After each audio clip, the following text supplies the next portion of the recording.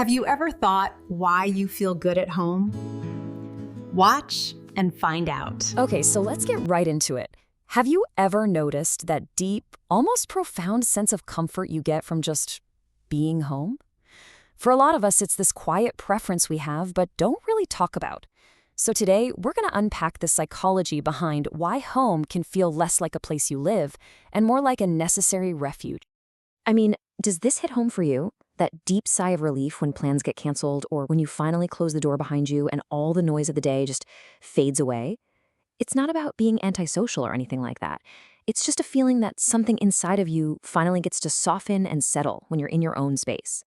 And look, if that feeling is super familiar, you've probably asked yourself this exact question.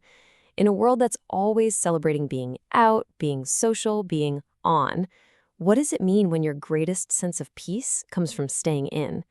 It's a really good question, and it's one worth digging into. You know what's so interesting is this huge disconnect. From the outside, someone might look at a love for staying home and see laziness, or that you're avoiding life, or you have a fear of missing out.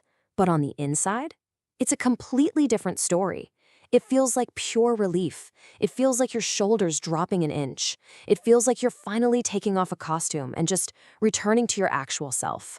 So why does that quiet feel so absolutely necessary? Well, for a lot of people, this isn't just a personality quirk or some simple preference. It's actually a choice that your nervous system has already made for you, long before your conscious mind even got a vote. Let's just walk through how this actually works. So life gets demanding, right? It's unpredictable, there's pressure. Your system kicks into survival mode. You push harder, you stay on, you try to keep up with everything. But that is just not sustainable. Eventually, your body gets exhausted. The whole fight or flight response runs out of gas, and it has to find another strategy. And that strategy, it's withdrawal.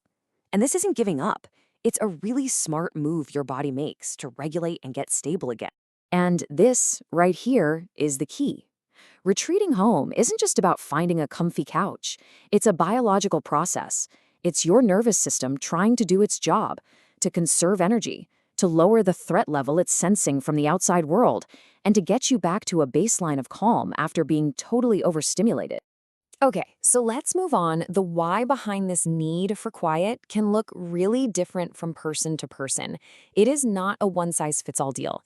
So let's look at 4 common portraits, you could say, to really get the different reasons someone might feel like home is their ultimate sanctuary. So each of these has a really unique core need. First, you've got the depleted system. This is anyone just running on empty from burnout. For them, home is a shelter to heal, to literally feel whole again.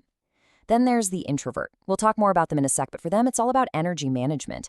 Home is the reset button. For the creator, home is this private workshop where ideas can finally come up for air. And last, the sensorially sensitive person, for whom home is the one place they can control all that overwhelming input. And you know what? All of these are deeply valid. Let's focus on the introvert for a moment because it's all about energy. Think of it like a social battery. You can see here, after socializing, even when it's fun, that battery can get drained down to, say, 20%. Home isn't an escape from people. It's the charging station.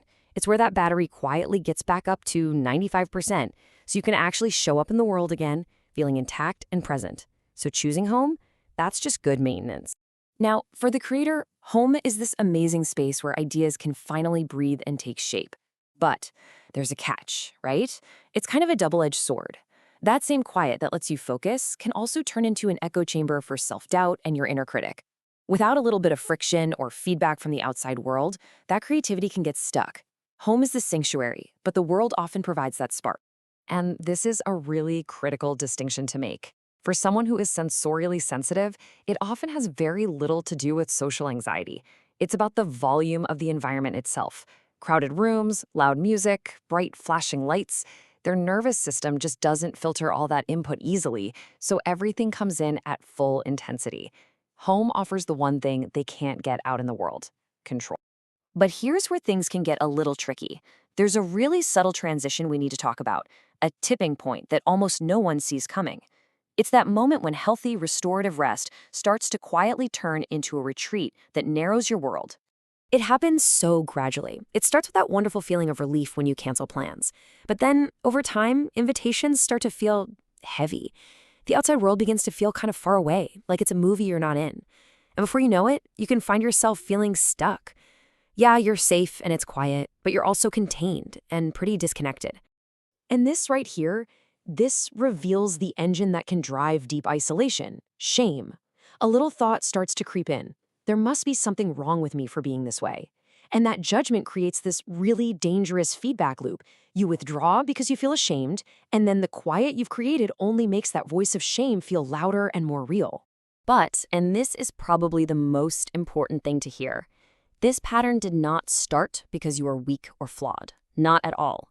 It began as a brilliant adaptation. At some point, your system learned that pulling back meant less pain, and that being quiet felt safer. The strategy just ended up outliving its original purpose.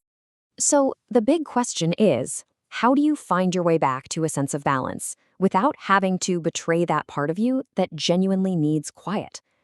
The key is to take a gentle, non-judgmental approach to re-engaging with the world completely on your own terms. This brings us to a super crucial point. The usual advice, just force yourself, get out more. That often backfires because it completely ignores what your nervous system needs.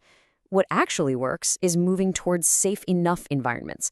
We're talking small, intentional movements. A quiet walk, one honest conversation. It's about reintroducing gentle contact with life, not shocking your system. So really, this is about reframing the role of your home. It's still incredibly important as your base, the place you go to rest, reflect, and reset. But it stops being a boundary, a wall that keeps you in. Instead, it becomes the secure foundation from which you can take those small, gentle steps back out into the world. And this really is the heart of it all. This journey isn't about forcing yourself to become an extrovert or giving up your love of quiet. Balance is about honoring your nature while gently, gently expanding your world, giving all the different parts of who you are more room to exist. So I'll just leave you with this final thought to kind of reflect on. You don't have to choose between your need for solitude and having a life. You can absolutely have a home that grounds you and a world that slowly opens up to you again. The only question